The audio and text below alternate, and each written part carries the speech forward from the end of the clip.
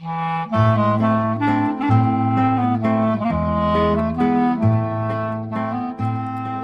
to Couples Therapy in 7 Words. I'm your co-host Judy Alexander, and I'm here with my husband, Dr. Bruce Chalmer. Well, hello, Judy, and hello, viewers and listeners. Our topic for today is 5 ridiculous rules for communicating with your partner. I made up that title this time, and I had fun making up that title. And we're going to talk about just why we wanted to do this particular podcast and what the particular ridiculous rules are and why they're ridiculous. We'll get into that in a little while. Before we do that, we want to invite you to rate us and comment and do the things that let people know about our podcast. And of course, just let your friends know about us. Our listenership is growing, our viewership, and we're looking to have that continue. So we hope you will do that. And also want to put in a word for our sponsor, what we like to call our sponsor, Yes. which is Reigniting the Spark, Why Stable Relationships Lose Intimacy and How to Get It Back. which is a book that I wrote. A wonderful book, I should say. Well, thank you. And I think so. It's gotten great reviews and wonderful feedback, and we've heard from people all over the place who have said that they enjoyed the book. And it's not just for people that are splitting up, but like you said, reigniting the spark. Even couples in good relationships, long-time relationships, have found it to be very helpful. So we're hoping you will acquire that book, and you can get it anywhere books are sold. If you just search for Reigniting the Spark and my name, I'm listed as Dr. Bruce Chalmer. And you can also get information from my website. You'll see that on our video on the screen right now. And That's if you're watching. If you're watching, right? And if it's brucechalmer.com, that's where you It's a go. little easy to remember. Little easy to remember, absolutely. And it's available as a paperback. It's available as a Kindle from the Amazon site. It's also available from the Amazon site on Audible. And I did the narration myself, so I Yes, hope you get to hear his dulcet tones. Absolutely. So with that, let us turn to our topic for today. 5 ridiculous rules for communicating with your partner. Right. Yeah. So, the typical thing that you always hear from, I don't know from therapists, because I haven't been to that many, but usually you see it in like TV shows and movies that depict people in therapy. So one of the first things they always say is, take turns, don't interrupt. Yes. Well, yeah, I actually want to back up a little even to the whole concept because this whole idea of communication Right. questions, I never have counted up, but it is a substantial majority of the folks who come to see me in the first session are saying something like, we need to communicate better. We're not communicating well. We're having a hard time communicating and it's just not going well. And we need help communicating. That's what they're there about. That's not the only thing people come for, obviously, Right. but it's usually high on the list. And look, what I'm saying, is that ridiculous? No, of course that's not ridiculous. I'm not about to say that what people are coming for is wrong. They're coming because they're coming, and that makes a lot of sense. If you then, if you go to the web and Google anything like, rules for communication for couples or things like that, you will find bazillions of websites, and they all have a whole bunch of rules that are, these are the rules that will save your marriage. These are the rules that will help you communicate. These are the rules that will give you a happy relationship, et cetera, et cetera. And well, so let me just add something. Of course, you know this. We did a podcast several months back called "It's Not About Communication." I actually did a video a few years back called "It's Not About Communication." I have a section in the book called "It's Not About Communication," and that has proven that podcast has proven to be way by far our most popular podcast. I mean, by it's 100% above anything else. It's like Wow. double any other podcast we've done. That's the I think one. it's because people are Googling communication. Yeah, and then they see this thing saying it's not about communication, and they're going to say, "What? What do you mean it's not about So communication?" what is it? Well, actually, if you want to know what it's about, you can go to that podcast. You absolutely can, and we'll be reiterating a little of that in this today, I imagine. Right, because but- this is 5 ridiculous rules. Yeah, this is Right. 5 ridiculous rules. But I thought I would expand on that because people think the problem is communication. And what I pointed out in that video and in the book and in the podcast, it's rarely really about communication per se. And I'll tell you why I say that. Because the large majority of folks I work with are neurotypical. You know that buzzword, neurotypical, as opposed to neuroatypical. Neuroatypical is a word that describes, among others, it describes folks on the autistic spectrum. Certainly, many people who end up with that particular label, neuroatypical, are so labeled because they actually have communications issues, which is to say, they can't tell what most typical people can tell about what emotion is being conveyed by someone they're talking to, or what emotion are they conveying to someone else. That's a skill that comes pretty easily to people who are neurotypical, but kind of by definition, that's an element of not being neurotypical. You know, an element of autism is that people have a hard time picking up the emotional content of what somebody is saying, and that can result in communications problems. Sure. It's like, wait a minute, I'm saying this to you in this particular way, but you're not picking that up. You know, that's a communications problem. Right. Now, I want to say, I have worked with folks where that's the case. So I'm not dismissing that. In that case, you know what? Then it's it about is communication. about communication. It's like, okay, you can learn some communication skills, and that will help, and it often does. Most of the people I work with, though, that's not the problem. The problem isn't that they lack skill in communication. The problem is what they're communicating. Very effectively, by the way. They're very effectively communicating things like mistrust, anger, ill will, you know, hostility. They're very good at communicating those things. and most people who are neurotypical are very good at picking it up. It's like, you know, if I'm seething, but I'm trying to speak in ways that, you know, are hiding that I'm interrupting seething. You. Yeah, exactly. And you notice, well, we'll get to that in just, we'll get to that in just a second. Yes, indeed. So where do I get off claiming, and these, I said 5 ridiculous rules because, you know, when you set up a title for a podcast, you have to have some number like 5 ridiculous rules, not just a bunch of ridiculous rules. That's right. I could have chosen 37 ridiculous rules, but 5 was a good number. I picked out 5 kind of, you know, randomly representatives. You want to talk about those 5? Yeah, so let's talk about the 5. And before we do that, I want to preface this. It's, you know, when people are communicating in ways that feel good.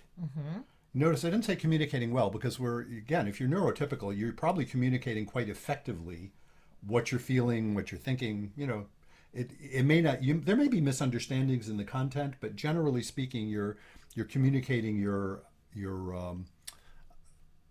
basic affect pretty well. Sure. You can usually pick that up. It's not perfect, but pretty well. So when you have a couple of people, you know, here we are, I think we think highly of each other, clearly. It certainly feels that way to me. And I'm glad it feels that way to you too. Yes. And I'm nodding if you're listening. I'm nodding. Yes, that's right. Yes. And we're calm and generally feeling good about ourselves and each other at the moment, you know. So here we are communicating with each other, and it's going just fine. And you would probably notice, if somebody were to analyze our communication right now, they could find whatever they could find, but they would notice that we're following the rules actually not perfectly, but we're following the rules that you see in those lists pretty well. The lists of rules you see usually are things that describe what people are doing when they're doing okay and they're not really angry at each other. And they mean well, and they're communicating and they're relaxed and they're not in a panic. That's what it usually says. So I'm not saying that these rules are terrible things and you should violate them all the time. I'm just saying the fact that they're rules is ridiculous, and I'll explain that, you know, piece by piece. Okay. So I've got, and for those of you who can't see what we're looking at here, I have them listed on the screen here, so Judy can look at the screen and see which ones I picked out. So why don't you take them one by one? So okay, well, like I said, take turns, don't interrupt. Yeah. Or digress, I should add. Well, that's not usually... Let's stick to what I'm saying. Yeah. Well, yeah, although that one's not usually, because digressions are fine if nobody's upset. That's true. You know, they can be interesting. Okay, no one's so upset. How about the interrupting part? Yeah, now anybody listening to our podcast would notice, well, first of all, they'd know if they know us, we're a couple of Ashkenazic Jews. All right, a couple of Ashkenazic Jews interrupt each other constantly. Constantly. Yeah. And in fact, if we didn't, Like you can't even finish a sentence. that's right. And if we didn't do that, there were, in a group of similar folks, if there wasn't a fair amount of interrupting going on, somebody might wonder what's wrong here. Yeah. Are you from Minnesota? Well, perhaps, and not to unfairly stereotype Minnesota folks, but yeah, Yes. exactly.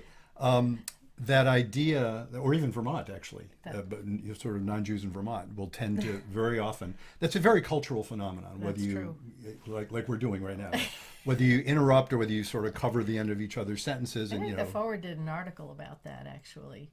Yeah, That it's like a very cultural thing among Ashkenazis. a very cultural thing, of course. And the Forward, for those of you who don't know, it's a Jewish publication. It used to be the Vorwärts in Yiddish.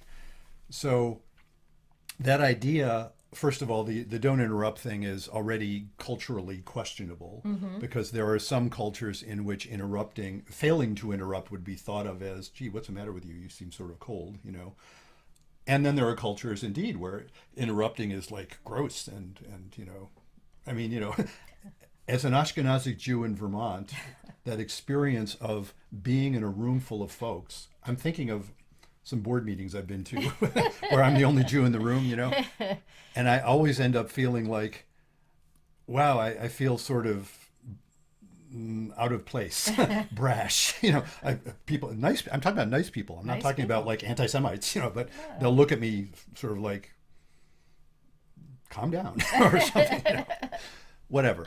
So there's that issue about the don't interrupt.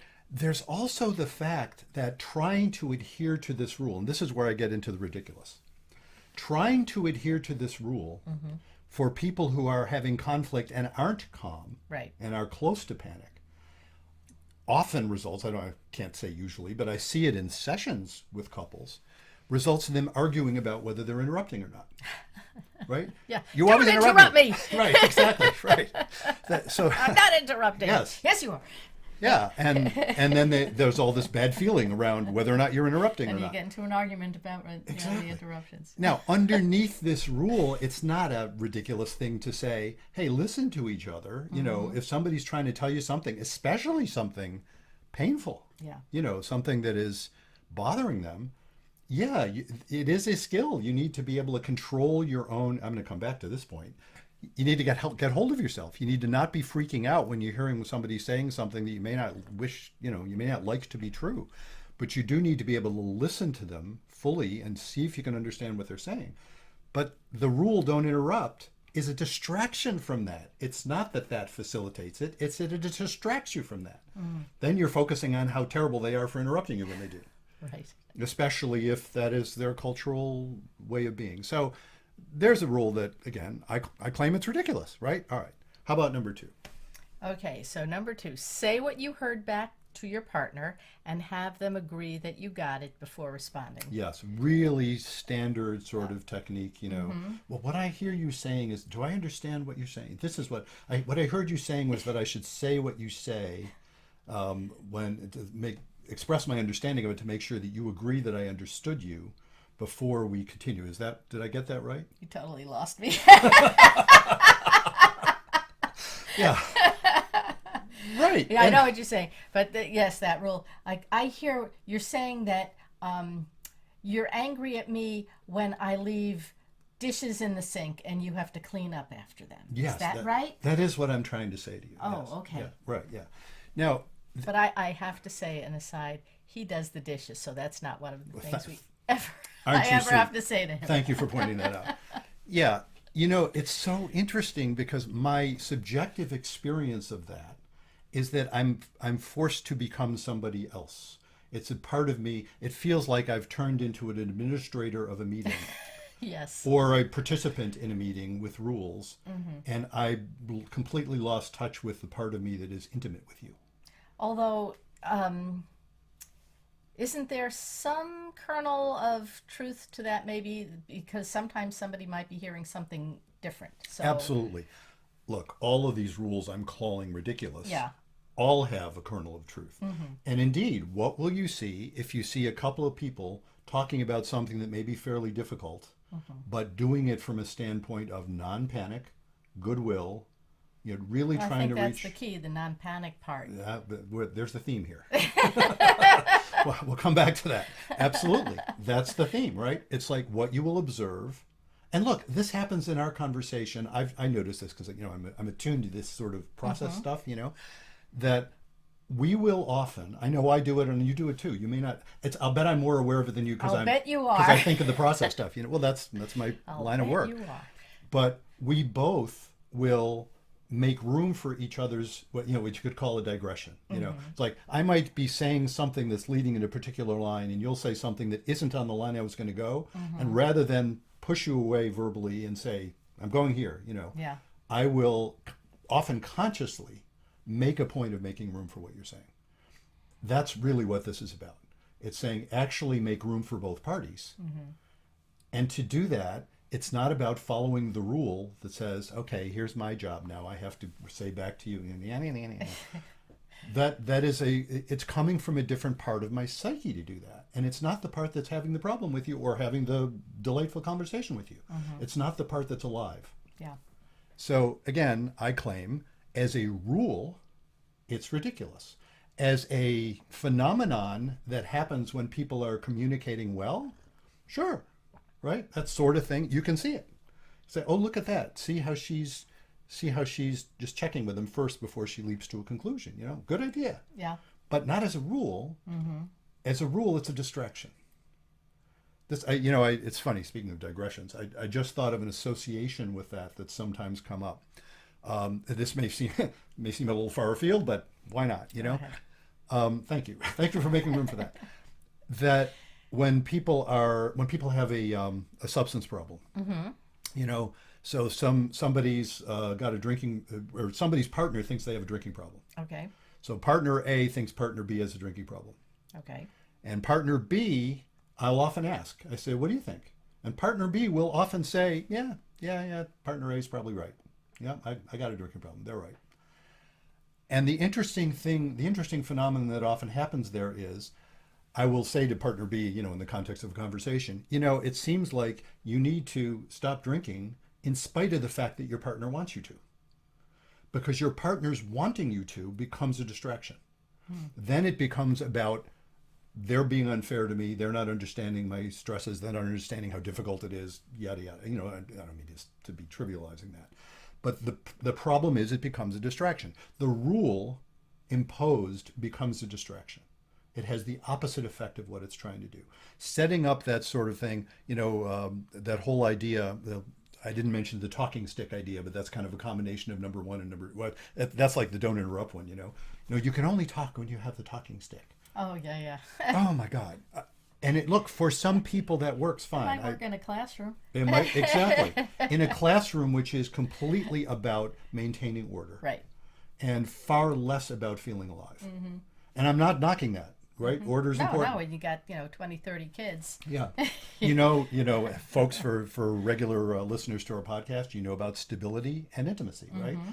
Classroom management is mostly about stability. Yeah. And if you're lucky, a little bit of intimacy.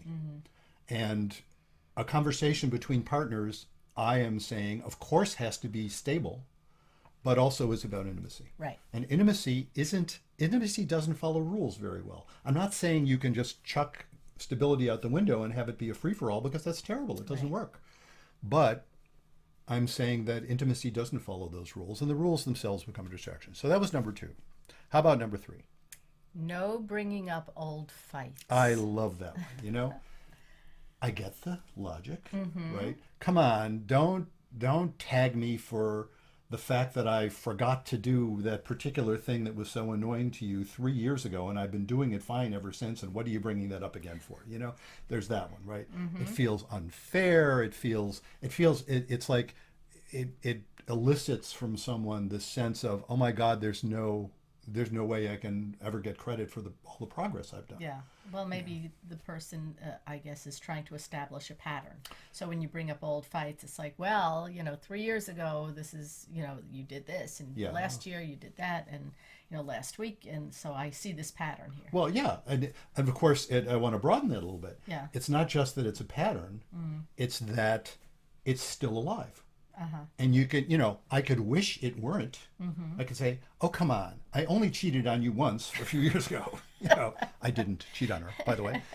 Do you know what I'm saying? It's like, Yeah. oh, come on. I cheat on you one time. And that's all you, I won't go into the joke that I'm referring to. The old So we're not going to tell that joke, folks. Look it up yourself. But yeah, it's that, right? And it feels like, well, how am I supposed to ever recover from that, right? But if you set it up as a rule, Yeah. then what you're telling somebody is, I'm sorry, you don't get to say what's bothering you.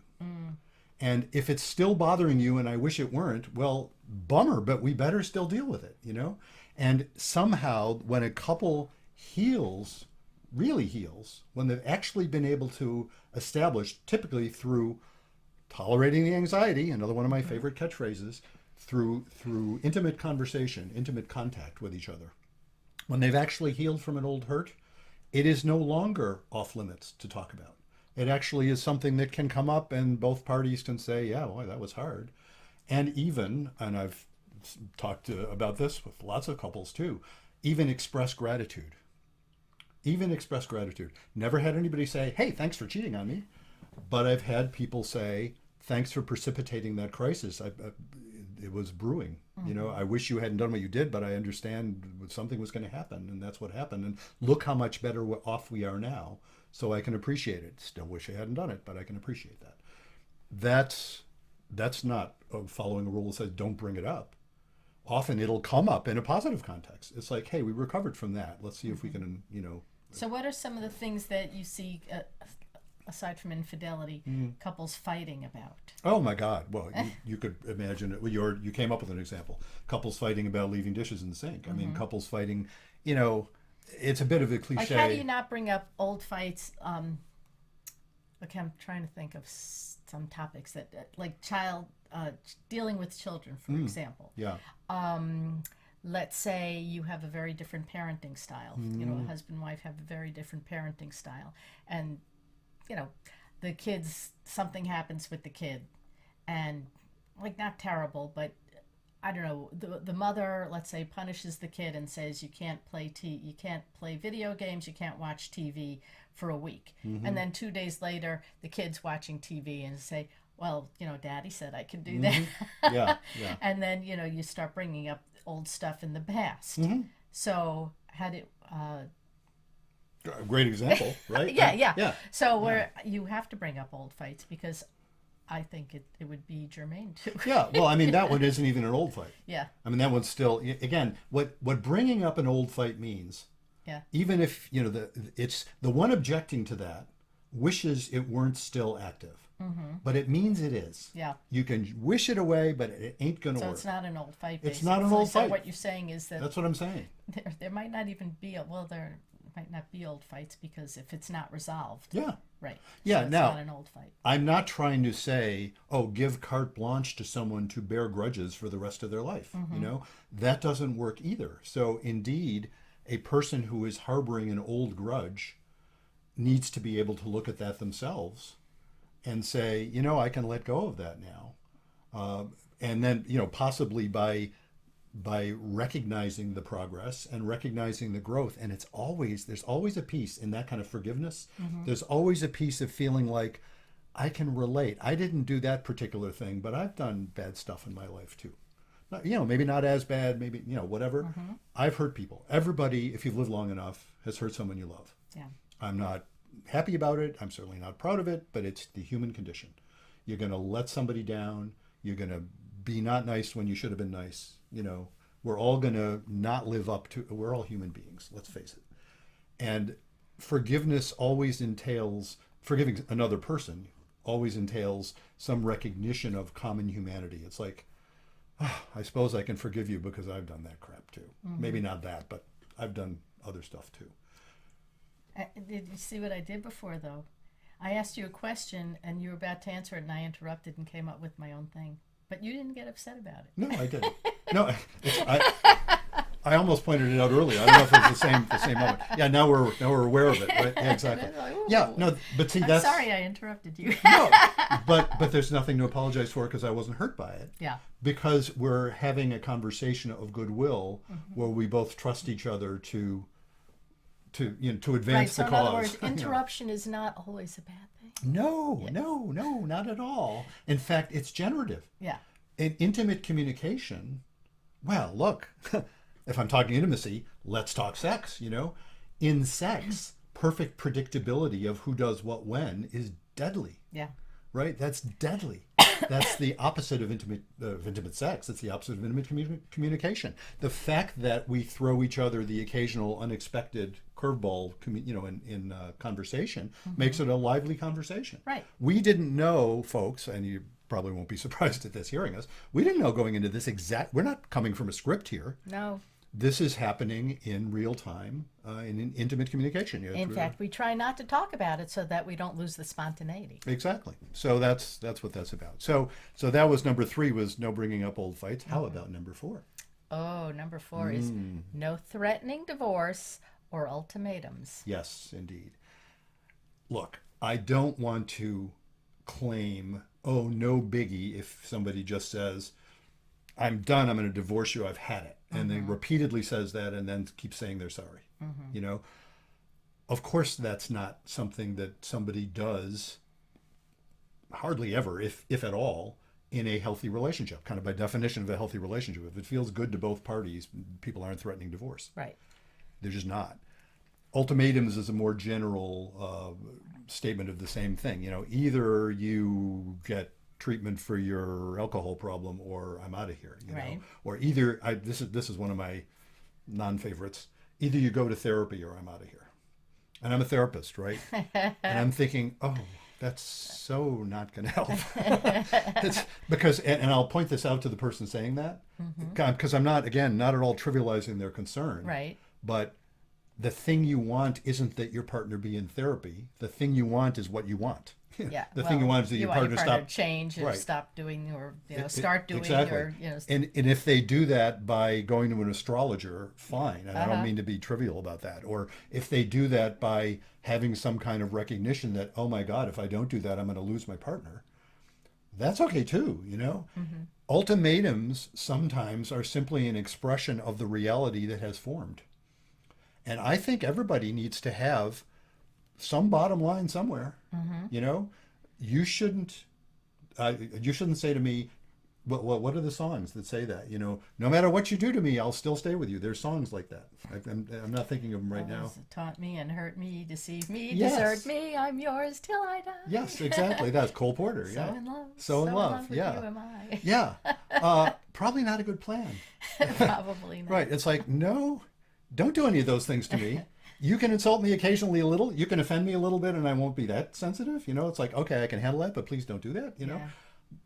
But no, there should be a bottom line which would say, certain things will be deal breakers. And some of the things that are deal breakers are also, one would say, just moral wrongs.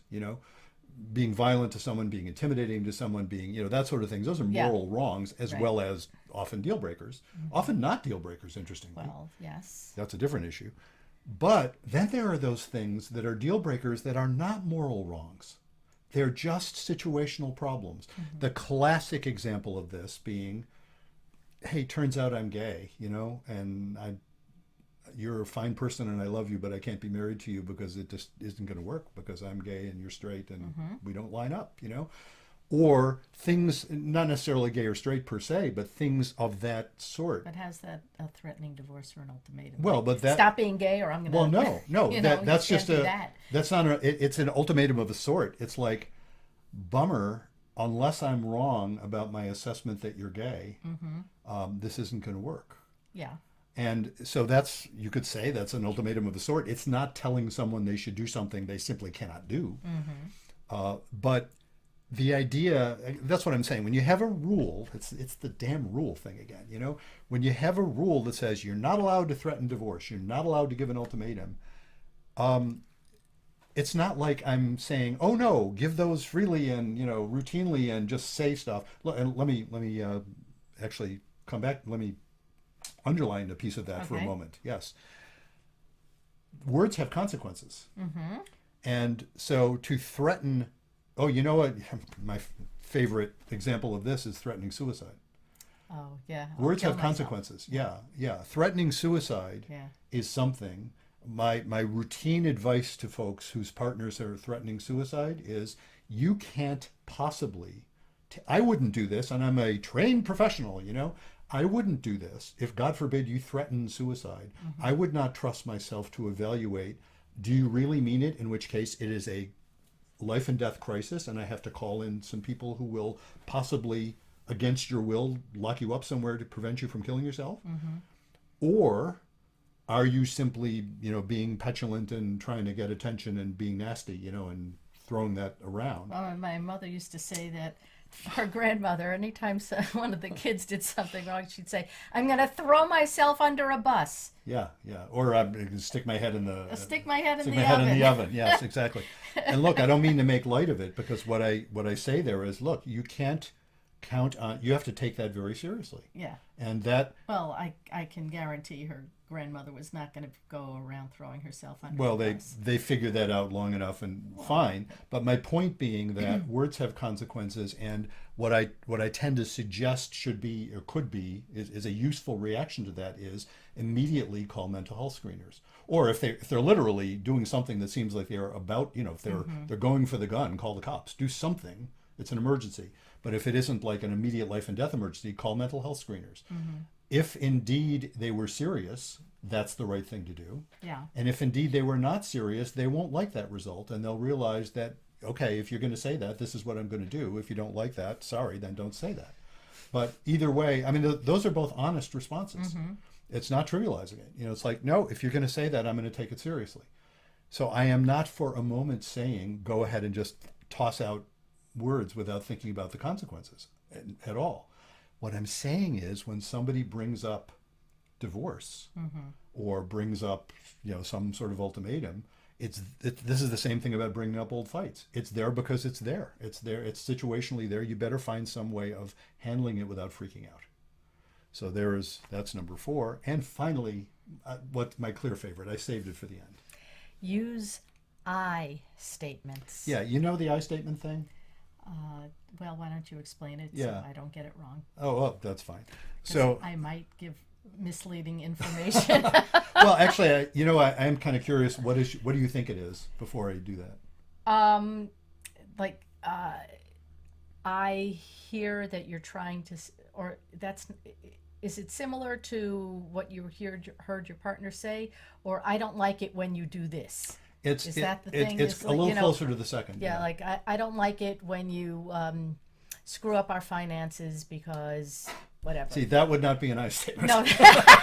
And that's a perfect. That's why I wanted you to answer that before I go into it. Okay. Because that's a perfect example of what happens when people are thinking they're using I statements. So the concept of I statements is, instead of saying you screwed up the finances again, say, when you did what you did with the finances and left it so that we ended up getting a notice from the bank that we're overdrawn, that leaves me feeling unsafe.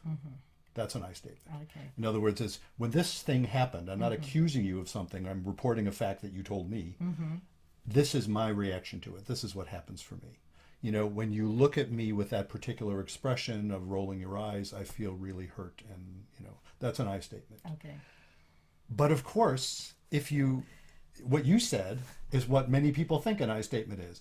When you yet again screwed up the finances in your totally incompetent way, I feel really annoyed by that. Now, structurally, that may be an I statement, although it's got those digs in there. You know what I'm saying? Yeah, yeah.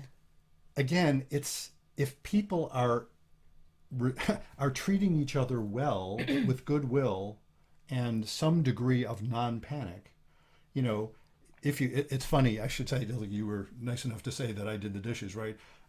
You have never been responsible for an overdraft on our checking account, because I'm the financial manager between us. So isn't that interesting? So it would be me, but whatever. If it was you, He does the dishes. He does the finances. I do nothing. oh right, she does everything else. But whatever, Gewalt. But the point being, you know what I'm saying? Yes. If we were well-meaning to each other, and and if I said, oh my God, I screwed up, and if I said I screwed up, and and you would say, wow, that's disturbing. It's like, tell me more about it. You didn't structure it as an I statement, but the underlying idea was, you're not calling me names, you're trying to work on this with me. Right. You're reporting, well, that's distressing, let's see what we can do here, and I wish I hadn't done that, but let's figure this out. But when the rule is in place, Yeah. people will fall all over themselves to hide the fact of how angry they are, and they'll put in the insults in other ways, right? So I don't know, perhaps I'm a bit cynical, but the I statement thing, I don't think actually facilitates good communication. It's just another example of, it's going to sound sort of like that when people are doing well, but when they're not doing well, Yeah. they can try and make an I statement and it's going to sound awful. Yeah. So there's 5 rules I'm claiming are all fundamentally ridiculous. Okay. Well, then how does that leave our couples?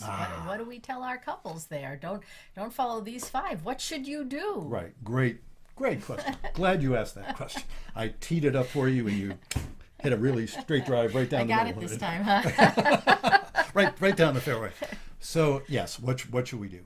So look, the problem isn't the content of the rules. The problem is that they're rules. Mm-hmm. You can follow these just fine when you don't have to. When don't you have to? When you're not in a panic. When you're feeling good, not in a panic, you don't need the rules. Right. So what happens if you're in a panic? When you're in a panic, you can't follow the rules. You're gonna distort them, or you're gonna argue about the rules, or you're gonna get them wrong. So the problem isn't the rules. The problem is getting hold of yourself. The problem is tolerating anxiety without freaking out. That's the problem. That's the solution. The solution is getting hold of yourself, not your partner, but yourself in the presence of your partner. It isn't easy. Mm-hmm. What it requires is an enormous amount of presence with yourself. Now, how does one facilitate that? Look, one could say, I suppose, that one way of describing the whole process of therapy is to make it possible to not freak out when you're dealing with disturbing stuff. My 7-word formula, why don't you say the 7-word formula? Right. Be kind, don't panic, and have faith. Yeah, be kind, don't panic, and have faith. The original story of that, for those who've read the book or have heard us talk about it on the podcast, I was asked by some colleague, how do you do couples therapy? And my original formulation was, I suppose what I'm telling people is, well, be kind and don't panic. Right. Because panic is what makes it impossible to be kind in the very ways we're talking about. Right. Be kin. You're not going to feel like kin if you're in a panic. So it's all about don't panic. And I was realizing, if you look at the techniques we learn in therapy school, they're all about helping somebody deal with anxiety without panicking. I remember in some of my earliest training in psychodynamic therapy, one of the tenets of psychodynamic therapy is you work with the patient at the highest level of anxiety they can tolerate. If they can't tolerate it, it's not going to work. They're just freaking out or dissociating. But if there's going to be anxiety there, but if they can tolerate it, that's where you're encountering things where change is necessary. Now, I didn't like that formula as a guiding principle per se, but it certainly makes sense as part of the deal. Yeah. So be kind and don't panic. And of course, then the question was, well, all right, how do you not panic? And what I realized was the folks I work with who are able to not panic are the people who are manifesting faith. And I don't by that necessarily mean religious faith per se. Sometimes it was, but often it wasn't about religion per se. But the faith was, this whole human condition thing is doable. And it's doable for you and doable for me. In other words, we're both in this together. Reality's right to be what it is. You're right to be who you are. I'm right to be who I am, even if there's some conflict there. Even if, I'm ways you wish I weren't and you're ways I wish I weren't. That's bound to happen occasionally, but basically we're right to be who we are, and we work with that. And then I'm not panicked. Then it's like, you say something that's like, that's not what I was expecting. And I not only don't panic, but of course, if it's not anything upsetting, if it's just different, then I can say, oh, that's interesting. And then we're off in different territory, So the solution to panic is basically faith. But that, in terms of these rules, it's not about having rules, it's about getting hold of yourself. Once you get hold of yourself, you'll figure out your own rules. I don't mean to say structure is completely ridiculous. Don't ever try to structure a conversation. I think it's fine, and I do this with folks in therapy all the time. Hey, why don't we start first with this and then maybe go to that and see how it goes? Again, always being open to the possibility that that's not working, so we'll try something else. So it's not like structure is a bad idea, but this sort of rule following thing, and people just end up arguing about the rules. Fat. There's our Is that the soundbite. professional term for it? Yeah, look it up. Fat. That's the Ashkenazi Jewish way of describing it. So there we are. So Okay. So there we have it. there we have You it. have just solved everybody's problems. I hope so. Well, actually, what I hope I've done, or we've done, is opened up a pathway to consider how do you do this if you're not going to just follow the rules. Right. Where's it going to come from? And it's going to come from that place of get hold of yourself so you're not in a panic, and then indeed, then make up rules if you want, but you'll be able to actually follow them. Yeah. So, Well, thank you for that very interesting disquisition, Dr. Chalmer. and thank you for your interesting digressions as well as your interesting comments. So there we are. Okay, so there you have it. So the 5 ridiculous rules for communicating with your partner. And now you know what you can do, how to communicate better with your partner. And if you have questions that you would like to ask of us, perhaps read them on air, or suggestions for topics for our program, you can email us.